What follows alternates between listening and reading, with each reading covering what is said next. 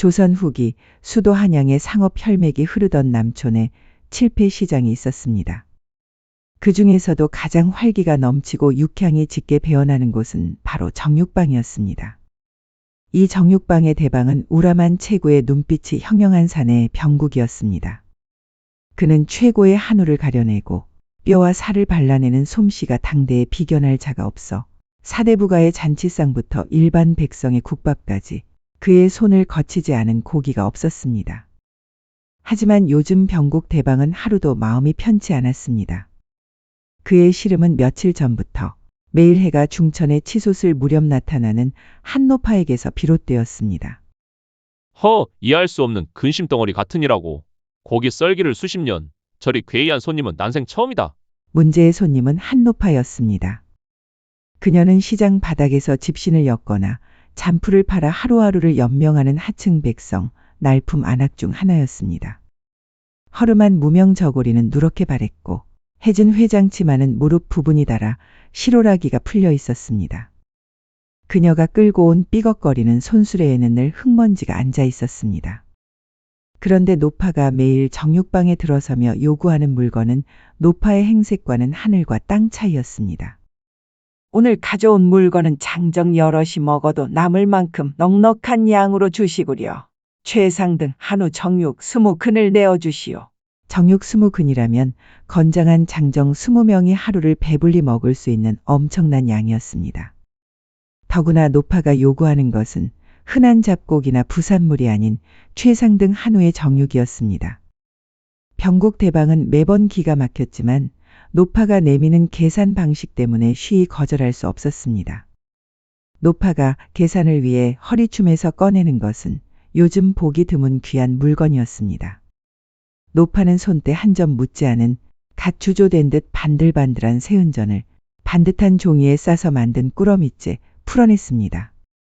저리 귀한 은전을 어찌 저런 날품 파는 노인이 매일 가져올 수 있단 말인가.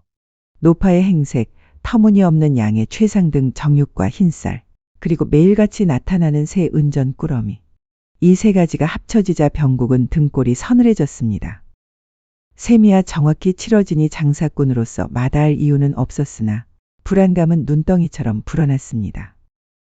결국 병국은 홀로 감당하기 어렵다고 판단하고 칠패시장에서 가장 오래된 상인 중 하나인 어물전 대방, 태원과 은밀히 귀를 맞대고 상의했습니다. 태원 대방은 넉넉한 인상이었으나 시장의 풍파를 겪어 눈치가 빠르고 세상사에 밝았습니다. 태원 형님, 이 병국이 장사꾼으로 셈이 정확하면 그뿐이겠으나 아무리 생각해도 저 노파의 행동은 평범한 살림살이가 아닙니다. 최상등 정육 20근, 그리고 저 새 은전들, 마치 누가 정기적으로 대주는 것처럼 일정한 꾸러미째 가져옵니다. 나도 그 노파를 보았네. 그리 고기와 쌀을 사간이 눈에 띄지 않을 수가 없지 않나? 자네가 걱정하는 바가 무엇인지 알겠네. 태원 대방은 수염을 쓰다듬으며 깊은 수심에 잠겼습니다. 저리 큰 돈과 귀한 은전을 매일같이 쓰는 곳이라면 혹시 도적대의 군자금일 수도 있지 않겠습니까? 아니면 마을 뒷산에 몰래 모여 산짐승을 잡아 재를 올리는 미친 풍습을 가진 무당 패거리일 수도 있습니다. 그러네. 은전은 귀한 것이라 일반 백성이나 상인들이 쉬이 만져볼 수 없는 물건인데 아무래도 조정의 근간을 해치는 비밀스러운 모임이나 불온한 무리가 아닐까 염려되는구려. 두 사람은 얼굴을 마주 보았습니다. 칠패시장의 안위는 곧 한양의 안위와 직결되는 법이었습니다. 사사로운 이익보다 조정의 기강과 시장의 평안이 더 중요했습니다. 더 늦기 전에 이 일을 포도청에 고해야겠습니다. 우리가 감당할 일이 아닌 듯 싶습니다. 깊은 고민 끝에 정육방 대방병국과 어물전 대방태원은 수상한 날품 노파에 관련된 이 미스터리를 조정에 알리기로 결심했습니다. 병국과 태원이 포도청에 고변을 올리자 조정에서는 즉시 포도군관 며칠 착출하여 사태를 파악해 하였습니다. 포도군관들은 병국 일행과 함께 노파가 시장에 나타나기를 숨어 기다렸습니다. 해가 가장 높이 뜨는 해시를 막 넘긴 시각, 노파는 어김없이 최상 등급의 정육 20근과 흰쌀 한 가마니를 삐걱이는 손수레에 싣고 시장을 나섰습니다. 손에 쥐인 새 은전 꾸러미는 오늘따라 더욱 수상히 보였습니다. 노파의 걸음은 평소보다 더욱 빨랐습니다. 도성 안의 번잡한 길을 피해 인적이 드문 서쪽 산자락으로 향하는 노파의 뒷모습은 허리가 굽은 늙은이 같았으나 그 행차는 마치 바람을 타고 가듯 재빨랐습니다. 포도군관들은 혹여나 그녀가 눈치챌까 염려하여 몸을 낮추고 숲과 담벼락을 이용하여 그림자처럼 뒤를 밟았습니다. 병국은 가슴을 졸이며 그녀가 과연 어디로 향하는지 숨죽여 지켜보았습니다.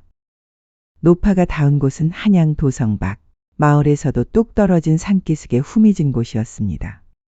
그곳에는 당장이라도 무너질 듯한 허름한 초가삼간 한 채가 초라하게 서 있었습니다.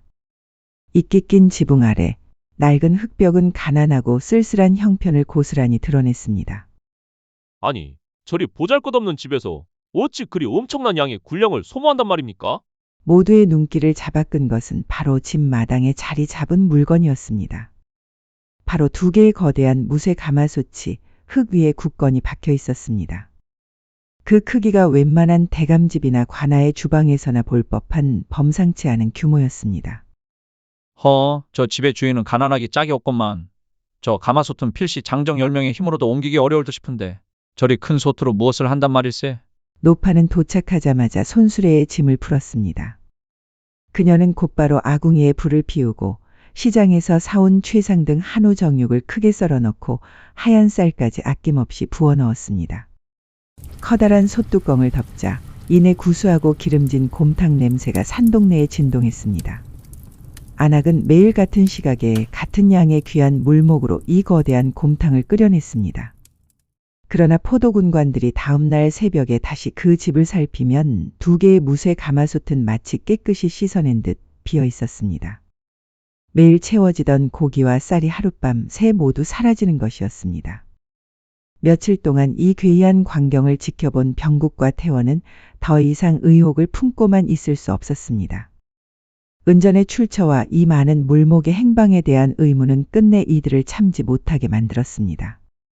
마침내 참을성이 바닥난 정육방 대방 병국이 나섰습니다.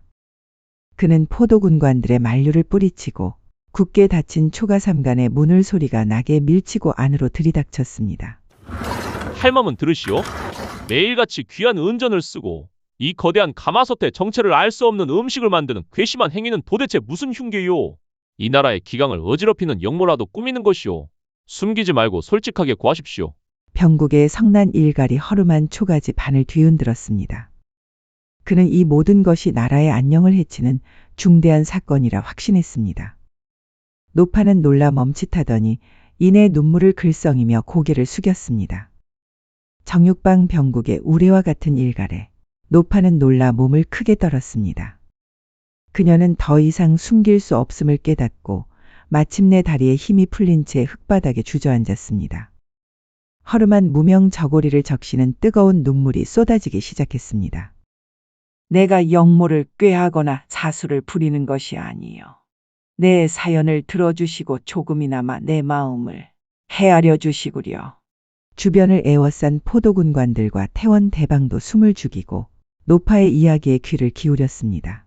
노파는 기구한 운명의 실타래를 풀기 시작했습니다. 나는 평생 가난을 벗지 못하고 잔푼을 모아 살았어. 그런데 서슬퍼렇던 겨울 어느 날 집안 대청마루 밑에 숨겨져 있던 옛 반다지 하나를 우연히 발견하였소이다. 거기엔 선대 어른께서 숨겨두셨던 금괴 두어 덩이가 들어있었소. 그뿐이 아니었소. 몇 달 지나 관아에서 관리 한 명이 찾아오더이다. 그러더니 옛날 나의 증조부가 굴량창 사고에 억울하게 연루됐던 일이 뒤늦게나마 후손에게 보상금으로 내렸다고 하였소. 하층 백성에게 감히 꿈꿀 수도 없는 천운이었습니다. 노파는 눈물을 닦으며 떨리는 입으로 사연을 이어갔습니다. 나에게는 세상의 풍파를 함께 견뎌줄 단 하나의 희망, 아들 만수가 있었소. 허나 우리 아들은 지금은 세상을 떠났소이다. 만수는 어린 시절부터 어머니를 끔찍이 아끼는 효자였습니다. 그는 언제나 어머니의 굶주린 배를 채워줄 따뜻한 밥 한 그릇, 아니, 그보다 더 큰 꿈을 꾸곤 했습니다. 어머니, 제가 품삯을 받아 큰돈을 모으면 꼭 쇠고기 곰국 한 그릇을 배불리 끓여 드릴게요. 이 세상에서 제일 맛있는 곰국이요. 만수는 그 약속을 지키려 했습니다. 해마다 뼈저리게 시린 겨울이 오면 만수는 어머니를 위해 산에 올라 겨울 땔감을 구해오곤 했습니다. 그날도 그랬습니다. 녀석이 어렵게 번 품삯으로 칠패시장에서 가장 좋은 한우 고기를 사와서 어머니께 공국을 끓여주기로 한 날이었습니다. 허나 어둡도록 기다려도 만수는 돌아오지 않았습니다. 다음 날 사람들은 얼어붙은 산길에서 만수를 찾았습니다. 만수는 그만 눈보라치는 산길에서 길을 잃어서 동사를 했던 것이었습니다. 차가운 눈바닥에 쓰러진 녀석의 손에는 어머니에게 공국을 끓여주기 위해 산 한우 고기 덩어리만 핏빛처럼 차갑게 남아 있었습니다. 어머니에게 따뜻한 공국 한 그릇 바치지 못하고 그 자리에서 숨이 끊어졌습니다. 병국과 태원 그리고 군관들은 노파 아들의 죽음 이야기에 숙연해졌습니다. 그때 노파가 두 손을 모아 가슴에 얹고 맹세하듯 말했습니다. 제 아들이 끝내 못 먹고 간 그 따뜻한 공국 한 그릇, 이 어미는 아들에게 맺힌 한을 풀고자 남은 생을 걸고 이 금괴와 보상금이 닿을 때까지 대신 지어 병든 이들과 굶주린 이에게 모두 나누어 주고 죽을 것입니다. 그래야 저 세상에서 만수를 똑바로 볼 수 있지 않겠습니까? 그녀는 매일 그 거대한 가마솥에 곰탕을 끓여 해민서의 병자, 고아원에 굶주린 아이들, 그리고 홀로 사는 가난한 노인들에게 새벽마다 몰래 나누어 주고 있었습니다. 가마솥이 매일 칼로 긁어낸 듯 깨끗했던 이유는 바로 이 숭고한 나눔의 서원 때문이었습니다. 병국, 대방은 그만 억장이 무너지는 듯한 충격에 아무 말도 잊지 못하고 고개를 떨구었습니다. 자신이 의심했던 것이 하늘이 내린 효심과 자애였다니 그는 참회의 눈물마저 흘릴 지경이었습니다. 모든 진실을 들은 병국은 즉시 노파에게 달려가 무릎을 꿇고 머리를 조아리며 사죄했습니다. 안왕님, 이 병국이 천인공노할 죄를 지었습니다. 귀한 자비심을 더러운 의욕으로 덮었으니 제 죄를 어찌 다 갚아야 할지 모르겠습니다. 부디 이 죄인을 용서해 주십시오. 병국은 곧바로 칠패시장의 모든 상인에게 이 감동적인 사연을 전했습니다. 다음 날 칠패시장은 전에 없던 훈훈한 정으로 들썩였습니다. 상인들은 노파의 거룩한 뜻에 동참하고자 모두 나섰습니다. 정육방의 병국은 죄책감과 감동으로 안악이 곰탕을 끓이는 동안 최상등 고기를 지원해 주기로 맹세했습니다. 미국상들은 흰쌀을 한 가마니씩 기꺼이 내어놓았습니다. 채소전, 떡전, 어물전, 두부전에 이르기까지 모든 상인들이 각자의 물품을 들고 자발적으로 보시에 동참했습니다. 심지어 포도청의 포졸들도 며칠에 한 번씩 산에 올라 땔감을 가득 실어 날라주었습니다. 칠패시장 사람들의 마음이 모여 노파의 작은 초가집 앞에 커다란 나무 팻말이 세워졌습니다. 배고픔을 잊고 싶은 자, 누구든 이리 와서 따뜻한 공국 한 그릇 얻어 드시오. 노파는 칠패시장 상인들의 따뜻한 사랑과 보시에 힘입어 아들 만수의 숭고한 공국 나눔의 뜻을 모두 이룰 수 있었습니다. 몇 해 뒤 그녀는 평생의 한을 풀고 잔잔한 미소를 머금은 채 조용히 눈을 감았습니다. 그러나 나눔의 정신은 사그라지지 않았습니다. 그 후에도 칠패시장 사람들은 노파의 초가집에서 불을 지피며 공국 가마솥을 끓였고 이는 흉년이나 환난이 들 때마다 칠패시장의 자비로운 심장이 되어 한양 도성 주변에 가난하고 병든 이들을 구원하였다 전해집니다.